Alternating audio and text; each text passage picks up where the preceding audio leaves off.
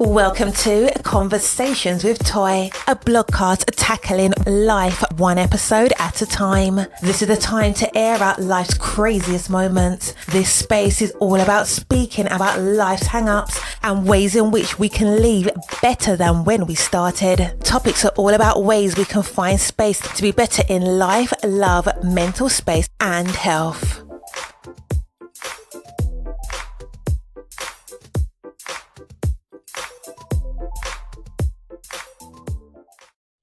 Happy Friday. I hope that you are having or have had a great week. And the reason why I say that is because we all know how long a week can be with the ups and downs, life, work, responsibilities, and all the things, and trying this whole balance thing, which never always works out. But you're here and we are excited. Thank you for tuning in to Conversations with Toy. If this is your first time, meaning you have never heard this podcast, just kind of stumbled upon it, nothing happens by accident. I honestly believe that it was meant for you to be here. And because of that, we want to celebrate that and say thank you. As you're here, you may be working out, so we're going to send you some good vibes that you get all of the things done, or you may just be mellowing out, maybe folding up laundry, which is one of those things that I love to do when I'm listening to podcasts. Whatever it is, we are grateful to have you here. What are we talking about? What do we talk about here at Conversations with Toy? We have simple conversations about life. It could be about anxiety. It could be about mental health, self-care. Could be talking about things that are happening all across social media. Whatever it is, we hope that the conversations, sometimes they're fun, sometimes they're light, sometimes they can be heavy because that's how life works. But for whatever they are, we love to have you be a part of that conversation by one, making sure that you listen to the podcast in its entirety, share it with someone. There might be something in it that somebody that you know needs, share it with them. Also, leave us a comment. Tell us what we will need to do better in. Let us know what we're doing good in. Like, this is a conversation for all of us. So we hope that you get those types of vibes when you are here. We have so much to talk about. And we have a guest for our episode today. This is season 7, episode 2. We're going to talk about some things that could be a little, unconventional. But isn't that how life works? I first want to talk about something that happened to me this week. I won't get into the full details of what caused my trigger. It was something small and in some people's eyes may seem as insignificant, right? If you don't know what a trigger is, if you've dealt with some type of mental health, whether that's depression, anxiety, whatever it may be, right? There are so many times that within that you find yourself being triggered, something that will set you off. And in the midst of a set off, it could either cause you to have a long period of healing or recovery, or it could be something that you recover very quickly. For me, I'm in the midst of recovering from this last trigger. And again, it could be something small, something external that's happening, even something internally. Sometimes we can be our worst enemy. So what happened for me this week? Something happened. It made me off my game. Questioned if I was doing the right thing. Am I building this business in the right way? I want to be able to sustain, as a business owner, somebody who is, building this business from the ground up with, limited support, limited resources. Sometimes, those good days are popping, right? If you follow me, I'm a blogger. I have my website. I'm, creating content. And everything looks great. I'm at the best restaurants when they first open. You're having all of the most amazing wine, drinks, the fun, facials, massages. You're getting it all. You're doing it all, right? Booked and busy. And I am. But sometimes being booked and busy, sometimes looking like you're doing all the things, sometimes showing up at all these different places can take a toll.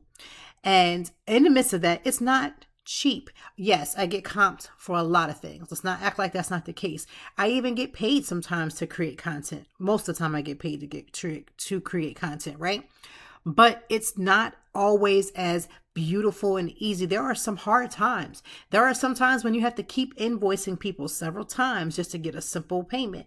There are times when you're stressed out because I'm trying to make sure that I'm not always out and not putting in back into myself. I'm also a mother. I have 3 children who are growing, and then their schedules get jumbled into there. So sometimes I have to say no. Sometimes I have to go back and say, I'm sorry, I can't attend. Things happen. But that was my trigger, like trying to incorporate all of these different things, trying to incorporate all these different places of movement, and it's not always easy. And I say that because we have to be honest. Content creators always look like they are the belle of the ball. But the reality, it takes a lot of work to be present, to do the work that I do. You know, I'm always writing, I'm always typing. I do content for other companies that never even go on my site. So that means that even when you don't see me doing things, trust and believe I'm doing stuff. My days are crazy. I could be recording in the middle of the day now that the kids are at school, or I could be doing stuff in the middle of the night. It's just the way that it works. And so it's stressful sometimes. And so in the midst of that stress, I was completely stressed out. My husband was trying to be a ball of reality. And I think for the first time in our marriage and our conversation, I was willing to hear him. Now, why do I say that I was willing to hear him? And this is the first time. I hear my husband all the time. But when you're in the middle of a trigger, or if you're in the middle of, you know, your mindset not being where it needs to be, if you're in the middle of a stressful situation, I can hear my husband all the time when we're not, and when I'm not in a flight or fight or flight, right? When the anxiety has not taken over and I'm not in a depressive mood, or I'm not having some type of mental health issue, I can hear my husband adapt and do all the things. In the midst of a trigger, it is super hard sometimes. It is super hard to hear reality, because you don't want to face that you may be the issue, or you don't want to face the things that you've contributed to the conversation, or to whatever may have gone down, or whatever may have slipped, whatever has fallen, right? I say all that to say that that's what happened. And I heard him instead of hearing him as an enemy. I don't know if I talked about this time. And maybe, guys, when I've listened to the episode where my husband and I are talking about my mental health struggles, and we have an episode where we talk about like how he saw things, how I saw things, where we missed it. That's the reality. And this was the first time in the middle of a trigger where I didn't have to take 20 hours to get it together to hear him. I heard him right off the bat. I was willing to receive. I didn't like it. Now let's not act like I liked it, but I was willing to receive. And in the midst of me trying to still gather myself through that, I'm joyful that I was able to see that. I was joyful that I was able to hear that. I didn't like what was said, right? He didn't say it in a wrong way. I didn't receive it in a wrong way. I just didn't like the message. And so now what I'm doing is trying to take the message and make something of it, to be on my game, to get back on track, to do the things that need to be done. And it's not easy. So if you struggle with that, if you've ever experienced that, you are not alone. Why do we talk about this so often? Because so often people see the glitz and glamour of anything in life, and yet people are really struggling. Okay. So if you're not, you're not by yourself, you're not alone, trust me. Now, one of the things that has had people in a tussle this week is Little Mermaid. Let me just say, for those who just don't quite understand why it's such an important thing to see Haley as the Little Mermaid. First and foremost, I love the Little Mermaid. My youngest daughter was the Little Mermaid for, I believe, a couple of years ago. I want to say at least 2 years ago, she was a Little Mermaid. As her Halloween costume, and she would just be like, I'm gonna be a Little Mermaid, I don't care, like it didn't matter. I know that Little Mermaid, first of all, mermaids are not real. Can we say that? They're not real. And the mermaid in the movie, even in the Little Mermaid, I mean, I don't know if I focused on whether or not she was white or black as a kid. I don't ever think I remembered that. But I will say is, now that I have children, seeing them see characters that look and resemble like them is amazing to me. First of all, Haley has her natural locks, and that's important to me as a mother. My daughters have, and I have, our natural hair. We have not done anything to process it. And if you have, that's your choice, right? This is not a, is it to be natural is okay and not to be natural is not. Like, none of that is the debate right now. What I am saying is, seeing my girls see a character that looks and resembles like them, that are brown and beautiful and has talent, that's what I'm focused on, right? Now, she could have been green. For me, she could have been polka dot, as long as she stayed true to the character and can sing. And she can, right? Because we all know that the songs are the most important part of The Little Mermaid. If you think that the other parts are more important to you, so God bless. But for me, And most people, it is the music, it is the song. So the fact that Miss Girl can sing and has always been able to sing is important. It just becomes a highlight that she happens to be brown and that she can look like my girls, because now we have more representation. And I kind of want that for everybody. I want everybody to see themselves and see themselves in these great lights. So I'm all team for it. I'm honestly even considering letting myself, like, I may even be Little Mermaid for Halloween. I don't know. We may see, but I know my daughter was, and she loves that particular character. It's one of her favorite movies. It's one of my favorite movies. My oldest loves it as well. It's just a good time. So I don't know why we in a tussle about a fish. I don't know why we in a tussle, because listen, the most important part is that singing, and she got that on lock. You can't take talent from her. Apparently there's over 1 million views of people disliking it on, I guess, YouTube. And I'm like, y'all all right? Are y'all all right? Are y'all okay? Regardless of what happens, it's going to be a movie. It's going to hit. It's going to make its records. Listen, I already know people. First of all, it's coming out May of next year. My birthday's in May. My daughter's birthday's in May. Mother's Day is in May. We coming out. If I have, listen, I might even drive, my nieces and them live in Lancaster. I may drive to Lancaster to gather up all the kids and make sure we see this as a collaborative. We going to be in the building with our tickets secured and our snack money ready. Like our snack money, our shirts, our outfits about to be on point. We about to be cosplay. It's about to be a situation. If I never do that for any other movie, I guarantee you, I will be posting, making all the things. We come in the building. We come in, we're ready. We're going to be prepared. So I'm looking forward to it. I don't know why everybody's having their drama, or I do know, but it is what it is. But y'all go ahead and y'all tussle in them or in them comments. I'm not tussling with nobody.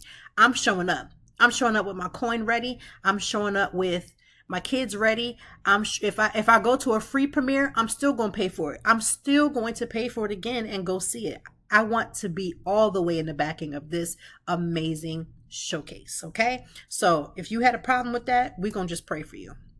This week's guest we have is Brooke McCarthy, and she is here to showcase her show of how to be an ethical slut. Now, I know the word slut is supposed to be wrong. Y'all getting y'all little tussle deep in y'all spirit about what it is to be a slut, but this is about freeing the moment of freeing the word of slut and letting go of the stigma, because again, y'all tussle all of the time over the word slut and make it a shameful thing. Listen, I ain't trying to be ignorant rude, but I know I won't say everybody because I don't want everybody coming from me, but I'll say a large majority of people have had what they call as a whole phase or whatever the case may be, and it is what it is.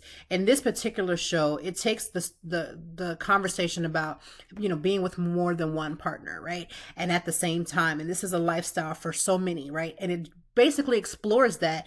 And because people say if you're with more than one person at one time, it's taboo, we shouldn't do it, we shouldn't be about it, but it's not about that. Like, it's about people choosing that lifestyle if that's what they want to do, because I was always taught to let grown folks be grown.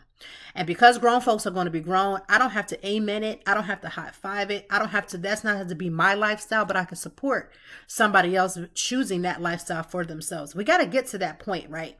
Getting to the point of allowing people just be them and not being them where we have to shame everything. Like, we don't got to speak up on it. We don't have to be extra about it, but allowing people to do it. So it takes a way of this show being comical, but also addressing some of those issues. And I am actually going to see it. So I will be talking all the way about it, but I'm going to be seeing at the last show. And the reason why we're bringing this episode for this week is so that I'm going to put the show notes, the dates and the ticket information for the last shows that are hanging out. But this is for Fringe. It's an amazing show that I can't wait to see, because I'm always about open-minded about what people are doing. Like, what are people doing? What are people talking about? And how do people live their lives? And instead of walking away, shying from it, I'm going to walk right into it, embrace it. Because again, what somebody eats don't make me fat, right?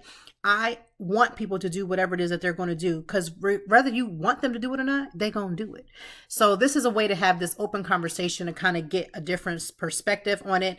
And I'm waiting to see how this goes. So thank you, Brooke. She is here. She took this show and there's a book out.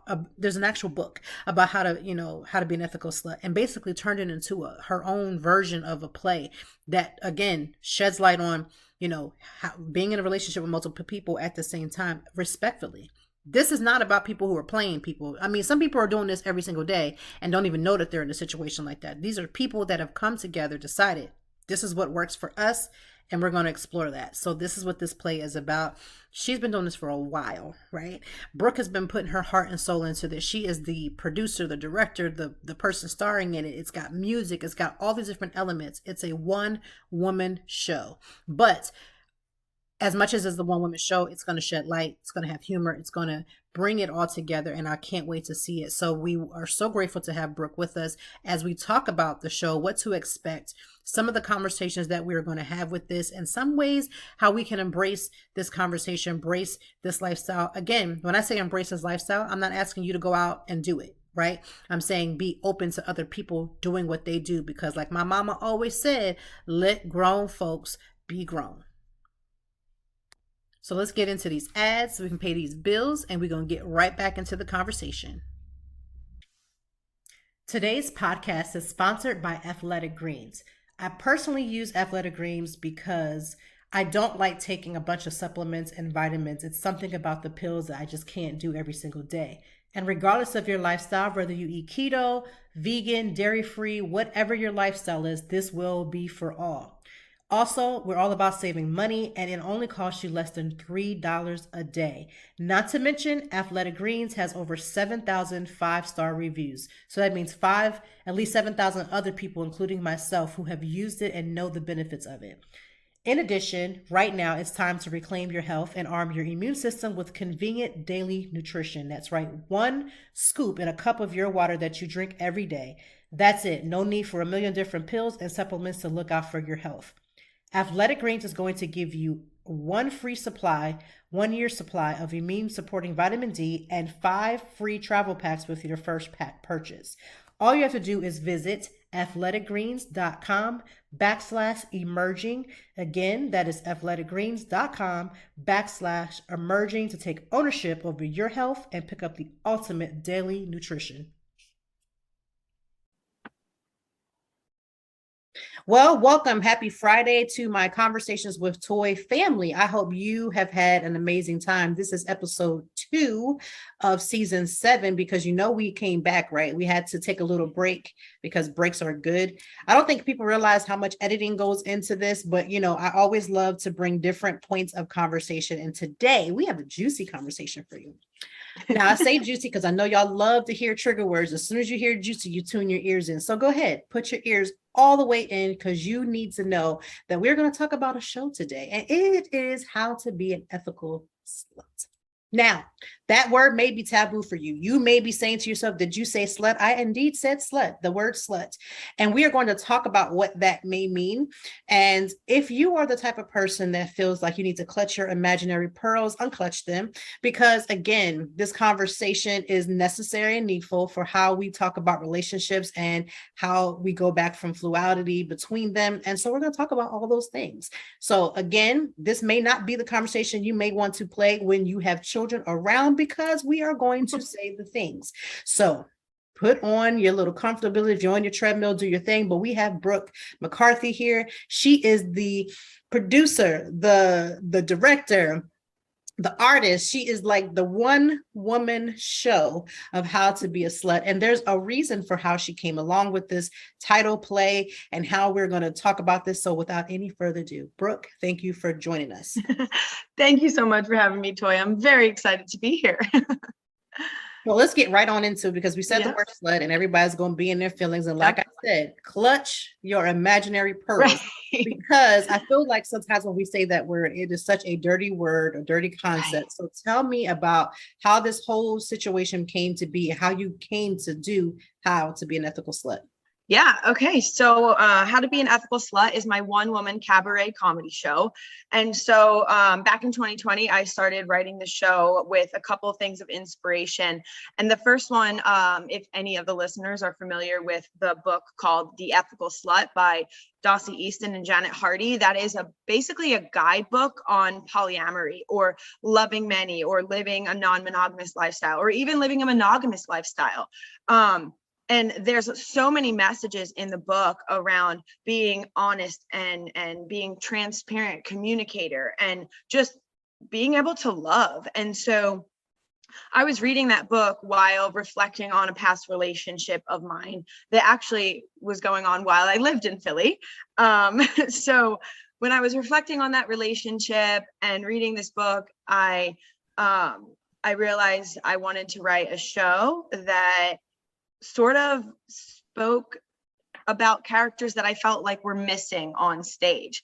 And so going back to the question about slut, to me, slut is a way of it's a reclamation of the word. It's not necessarily what we think of as, oh, that's dirty, bad, you know. It's a reclamation of the word in the same way that back in the 80s during the AIDS epidemic, the word queer was reclaimed in the LGBTQ plus community. And so so slut is just a reclamation. It's a celebration. It's an empowerment.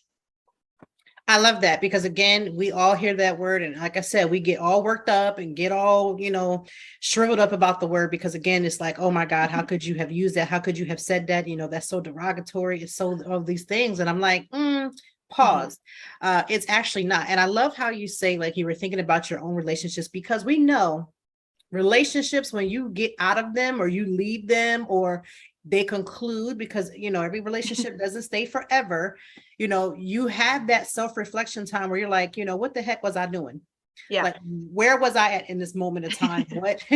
What brought me here? Like, how did we get here? And so when you get to that point, you think about all the things, and we don't reflect. And if you're the type of person who's listening who doesn't take that reflection moment, you kind of jump. I'm just going to give you a little nugget of knowledge. You're going to jump to the same person, even if they never met each other, because there's no break in thought process. And really, a lot of times we don't even reflect, what is it about me that I'm attracting this person? We blame it on the other person, which they have their flaws, but we be having our flaws too. So what was putting together, you read the book, you reflect on this relationship, and now you're going from book relationship to let's produce a show. How did we get there?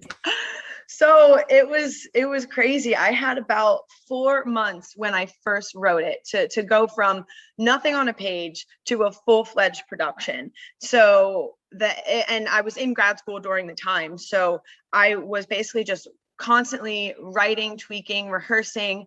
And then, I do everything. So I wear all the hats, and especially, back when I did it in grad school, and now that I've been touring it around, I mean, go everything from the marketing to the production to fundraising to looking up grants to, I mean, if you can think of it, I'm probably doing it, and then not only that, then there's the acting, right? I mean, I have to take time to just sit back and be like, okay, now I have to go into actor mode, which is a very different mode. Like the many hats of production are kind of chaotic and a bit stressful. And the actor hat needs to be like, cool, calm, collected, like, all right, let's do my show warm-ups and stretch and get ready. So there's a lot. Yeah, I can only imagine. I used to write plays back in the day, like when I was in high school. So and it was a lot to try. I actually, some of them I acted in, and some of them I just kind of like produced and kind of moved on, but it's a lot. And if you're wearing that many hats, God knows we tip our actual hat off to you, because that is a lot. What has been some of the feedback that you've gotten? Because when you're on, because I have acted, and so when you're on the stage or when you're in front of people, you get to see people's facial expressions, you kind of see where they're at, or you'll have people say like, I didn't get that, or what is the result of how that all goes down? So there's a couple things there. So I think like now, especially now that like every time I've performed it and I've retweaked things, it's tighter, it's more concise, it just kind of flows and fires off. And I mean the response is overwhelmingly positive. And as actor, artist, creator people, we're so hard on ourselves, and I'm so critical of myself. So for me to just get so much overwhelmingly positive feedback, it's validating in a way that maybe I don't need, but always helps, that little artist heart of mine. And so I've had members of the polyamorous community or polycurious people who've come up to me after my show, and they thank me for telling this story. They thank me for putting a voice to our community. And then even regardless of how people identify, just the audience will come up with me like, I haven't laughed that hard in a long time. And like one of my favorite responses recently, someone came up and they were like, hey, I laughed so much, but also I had no idea there was going to be that much heart in it. Right. And that was really important to me because, you know, the title being the provocative ethical slut, it's like, whoa, what's this going to be about? But there really is so much heart in it because at the end of the day, it's about love. And so I do feel like my audiences are feeling the love, you know, and the laughter from it. So because we're going away from the traditional, whatever we consider to be a traditional relationship, what are some of the takeaways for people who may still be like, okay, listen, I'm strictly, you know, in the traditional sense, which is nothing wrong with that either way, right? Yeah. How does someone who may just be like, you know what, I don't get the whole concept. Yeah. What can they like? How can they prepare their minds or their mindset to come in and receive this messaging? Because again, you know, when things get different, people get funny. Yeah, absolutely. Which is, I mean, and when it gets different and weird and taboo, that's why I wrote it as a comedy, so people could laugh that tension out. Right. So what I would say is come in with an open mind, come to the show and just be prepared to just kind of immerse yourself in the experience and in the story. And if you're able to follow along, there's 6 like, you know, parts of the show. And for example, part 1, how to be an unethical slut. So it's an entire journey. And if you're able to follow each part of the show and just really kind of sit in and go along the story with Blake, which is the protagonist of the show, she makes mistakes along the way. She learns along the way. She discovers what it means to go from only understanding what a monogamous heterosexual society type relationship is to, by the end, understanding a whole new world. And so if you're just able to kind of sit back with an open mind and take in the show step by step, you'll follow the journey with the character. And hopefully those questions will be answered along the way. Well, that's the goal, because, you know, a lot of times when you're watching any form of art, you know, there's always a lesson somewhere. There's always a takeaway. So that's why I was saying, you know, let people know, because, you know, closed minds, you can't open your heart to receive anything. And even if that lifestyle is not for you, which it could very well not be, there's still something that you can take away. There's always something you can apply to your own relationship, things that you can understand, and just understand people and what they are doing. And I always believe, let grown people do grown people things. Yeah. You know, this whole concept of like monitoring everybody's stuff and like, this is wrong, like, you know, nitpicking at stuff is just ridiculous and it's crazy to me. Yeah. And I think going off that, you know, one of my favorite things is when an audience member is able, regardless of what show they see, whether it's mine or someone else, like even when I'm an audience member, I love when I walk away from a show and I'm able to just think about my own life and reflect on my own life. And whether you identify as monogamous or polyamorous or polycurious or just undecided, you know, there are so many lessons that apply to love, relationships, friendships in general. So there's a universality in the show and in the messages that I do feel like, regardless of how you identify, as long as you stay open to it, you'll see them. You'll see the humanity. You'll see that human condition aspect of it. How do you prepare when it's show day? Like, do you have like your show day rituals that you do? Like, how do you get your head together and get ready to put this play together? Yeah. So it's definitely been tricky lately because, like I said, I'm literally doing, I don't want to say I'm doing everything myself, because there are usually production staff around that are at the various Fringe festivals or venues that are there to help. And I appreciate them so much. Mm-hmm. But I'm still like partially in production mode. And so usually there's that moment where I'm like, okay, this is the best everything's going to be. Front of house wise, people are getting to the seats. And I'm like, all right, backstage. So I go backstage. I literally, you know, shut the door, whether there's backstage or not, maybe it's a proverbial backstage, you know, and I just kind of do my little actor moment. I get into character. I do some vocal warm-ups, and usually like an hour or two before the show, I like to take a really hot steamy shower and do vocal warm-ups in the shower. So that's like, you know, pre-stage time. Then I'm backstage and I basically just, you know, I do some stretches. I move my body, get my spine, my head, my neck free. I like to even say a few words of the show. I like to kind of go over some things that I want to hit, depending on what city I'm in. I always try and, hey, welcome Philadelphia, all my Philly sluts, I try and find ways to bring the audience in locally. And then before the show, I go over the first couple verses of the opening song just to kind of get my head in the game, and fingers crossed, lights up, here we go. And it's time to go. Yeah. Yes, and I forgot to mention that, yes, there is a singing element as well. There are songs that are being sung throughout this production, so it's not just acting. So you get a little bit of comedy, some acting, you get some singing. It's really a lot of things happening at one time. Oh, yeah. Oh, when I wrote the show, I wanted to sort of challenge myself, but also show off some of my favorite parts of my performance abilities. And so I wrote it as a cabaret show. So like you walk in and it's this Blake Valentini, it's her cabaret, but then through her cabaret, she tells you this very confessional, intimate story. And like I said, I interspersed it with a ton of comedy because I love comedy. I love making people laugh. And I wanted people to have an escape from the darkness we've been living in for so long. So it's not just a musical. It's not just a play. It's not just a cabaret. It's not just stand up. Like it's a whole thing. So it's just a nice mashup of everything I want to do as a performer. I mean, you can't get any better than that. I mean, literally you have like almost like a mixing pot, like a crock pot full of like all the goods, like exactly. A whole crock pot, because it's crock pot season, in case you didn't know. Yes. And you get all that goodness into one pot, and it's just time to just enjoy it. So that's what I'm looking forward to. What are some of the ways in which maybe conversations have sparked? Have you had like any serious conversations with people where they have sparked maybe some new thoughts that you can bring back into the production or into the actual show?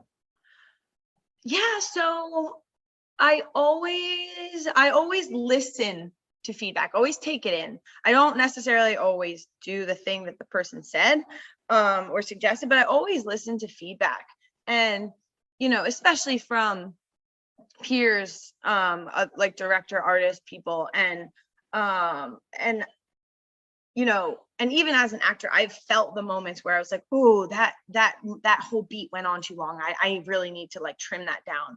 And so, when I first produced it back in 2020, there was a segment in the show that was just really long and dragging. So I actually turned that entire segment into an original song. Okay. So instead of a bunch of dialogue, I turned it into a funny song. So, and I worked with actually my friend, Sarah Clemency, who lives in Philly. And so she helped me to compose the music and we sort of wrote the lyrics together. So yeah, I do everything I can to keep it going. But at the same time, I have to stay true to my playwright intention. I agree with that. So now it's in the Fringe or Fringe Arts for who don't understand what that is. So it is about a month or so long journey of just allowing different parts. So it's not just plays and production. There are some musical parts and elements to it, and everything comes together to kind of just give artists, plays, theater companies, musicians and things like that, just their space to kind of like put their art out there and to get it seen and get it known. How is this your first Fringe, or is this your like this you've done this before? Yeah, so I've done a few, and I've done a bunch of whether it's like a private guest invited performance or just a local performance. So I'm actually just fresh off St. Louis Fringe Festival, where I won the Spirit of the Fringe Award. So that was very exciting to win my first Fringe Award for the show. I'll be going to Hartford, Connecticut's Fringe next. I was in Orlando Fringe earlier this year. I had 4 sold out performances in Charlotte, North Carolina. I was in Evansville, Indiana.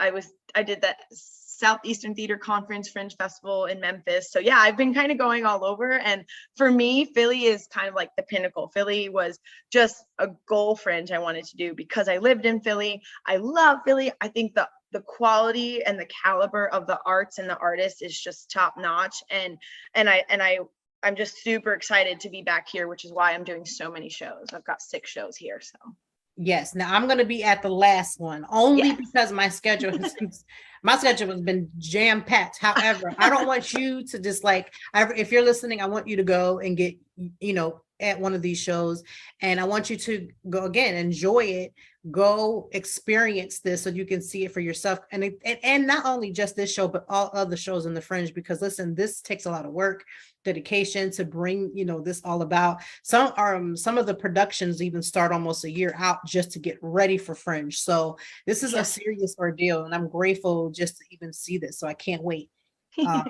to be in the audience. I'm gonna be right in the middle, like just ready to go.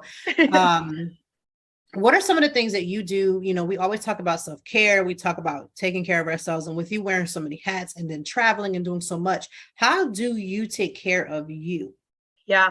So one of the things I've been doing whenever I have a spare moment lately, I've literally just allowed myself to just stop, breathe.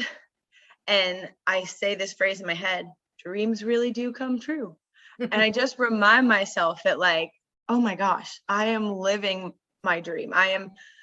I am experiencing what I've wanted to do my whole life, which is just traveling to performing, writing my own work, meeting people, connecting with artists. And so, like, the simplest thing, just taking that moment to just appreciate the moment that I'm in. Right. Because I don't want to look back a year from now and be like, wow, I did all of that. And I feel like all I was stressed the whole time. So I just try to remind myself of those moments. And then outside of those moments, things like yoga are super helpful. Mm-hmm. I go on walks. I try and get outside whenever I can, because, especially as the producer, writer, performer, I mean, I can spend a lot of time in front of a computer in a dark rehearsal room. So I really love just connecting with nature. Breathing in fresh air next to a tree is so important. Yes, we talk about that quite often. And I don't think people realize the power of being outside, even if you can just get outside for 15 minutes a day. Yeah. Even if it's cold, it doesn't matter. It's just switching up your environment. Sometimes, like sitting outside on your porch if you don't want to take a walk, just sitting outside drinking your coffee. Like, it's about being outside. And sometimes that fresh air just does something to the mind. Yeah. So I always encourage anybody who's listening to try to get outside. I know it's getting, I know we're about to go into fall. Yeah. And so everybody's like, oh my God, it's so cold, I want to go outside. But listen, just 15 minutes. Right? Put a coat on, put a hat on, like 15 minutes, and just get some fresh air, get some movement. Yes. Because I work at home in my home office. And so I have to be like, oh, I need to get outside. I need to get up from here, go up the steps and go get some food. Like, you have to move a little bit.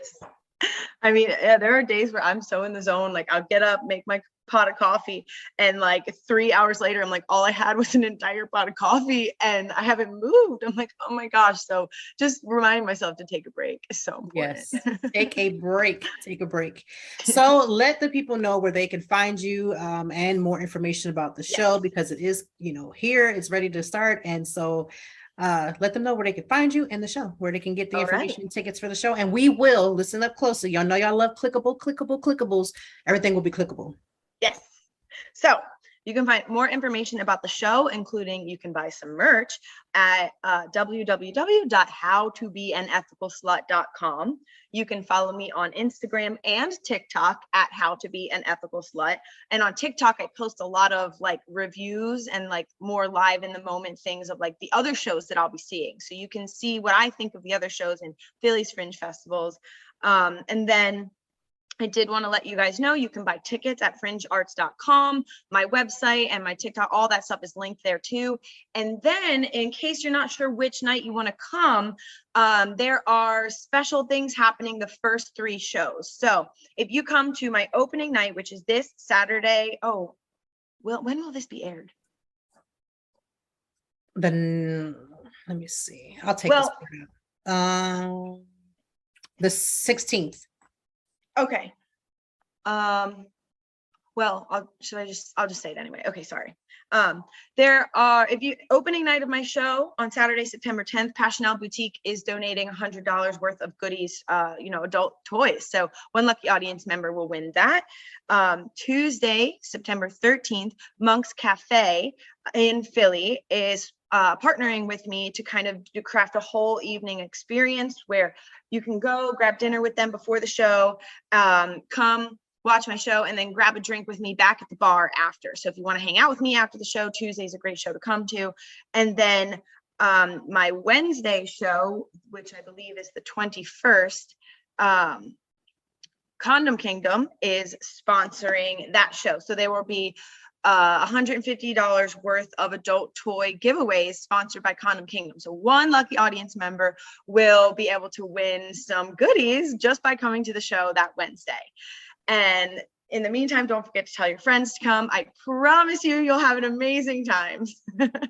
Well, listen, you got to get some of these goodies, especially the one on the 21st for the condom goodies. Because let me say, we want you to practice safe sex. Because listen, I don't care what you're doing and who you're doing it with. Safe sex is important because one night of passion does not need to lead you to anything later on. So we want you to keep everything closed up.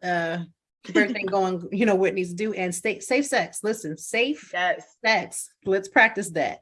No matter how many people you're in a relationship with or with yourself, keep everything right. So, but thank you so much for joining us and having this conversation. We hope that one, you learned something about the show. You learned more about Brooke as an artist, producer, writer, all her hats, right? And that we hope that you also go and you attend and watch the show, become a part of the conversation so that you can learn, have an open mind, and just really understand, like, again, there are different ways of how people love, how they intersect, and how they connect. So that's really the takeaway. So we want you to do that. Get to the show, and please, because you will see me there. If you see me, say hi. I'm not, I'm always super friendly, and we'll go from there. Yes. Thank you so much for having me on, Toy. I can't wait to see you closing night. Absolutely. All right. So what did you think? I hope that this conversation at least brought a little bit more light to the topic, and that you're, again, let grown people be grown. This may not be the lifestyle that's for you. That's okay. This may be something that is kind of taboo for you. That's all right.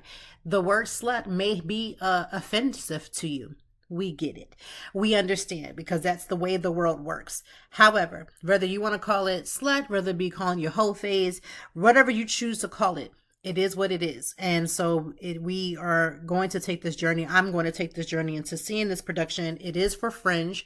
Fringe Arts is one of those big art festivals that comes at the various cities, but for Philadelphia, it's huge. It happens all of September and some parts of October. And it's going to be fun. I have already attended various shows already, and it has been a blessing. It has been great.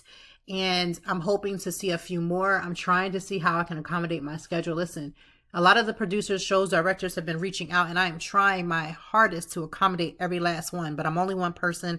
I don't have a team just yet. I am working on that. And so with that being said, I'm going to support, and I always love supporting the arts.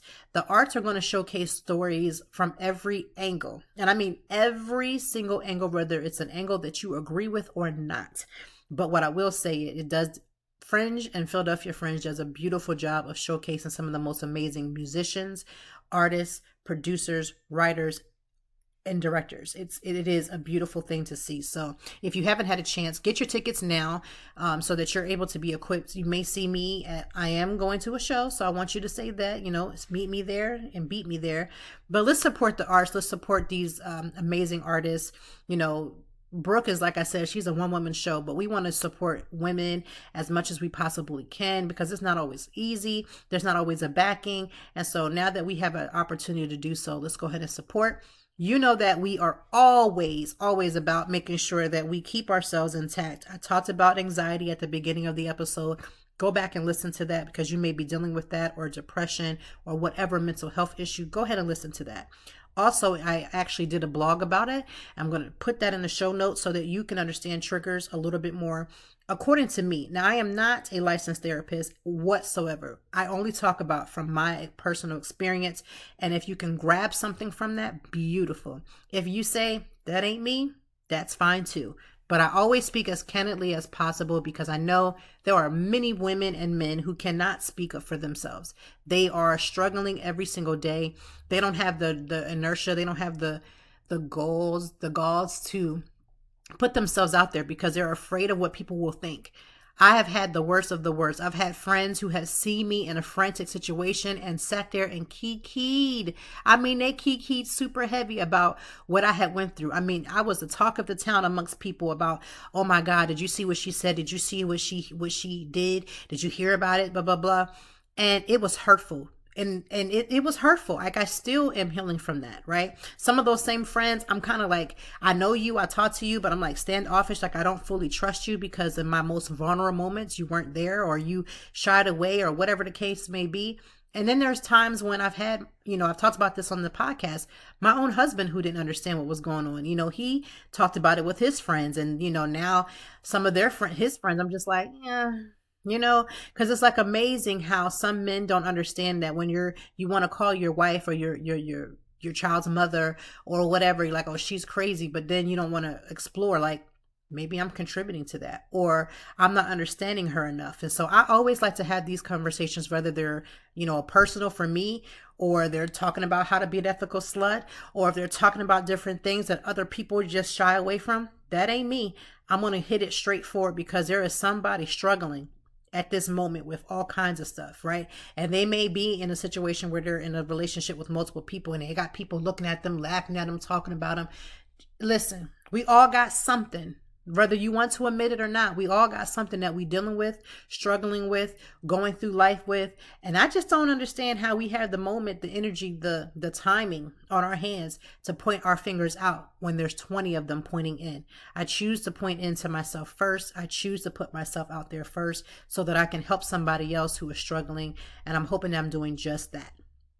And we always have a drink of the day, and why not? So we are going to make the Redheaded Slut. It is a cocktail. It has all kind of peach schnapps and Jackmeister. It has cranberry juice, and so we're going to make the Redheaded Slut. It is in the link of the show notes, so you can make one too, and why not? Because we are talking about how to be an ethical slut, so why would I not find a drink for that? So it's called the Redheaded Slut. Go ahead and make it. It's simple ingredients. You can make it. Listen, I want to learn something about the pandemic. We all can be our best bartenders at home. So try your hand at this new recipe. It's called the Redheaded Slut.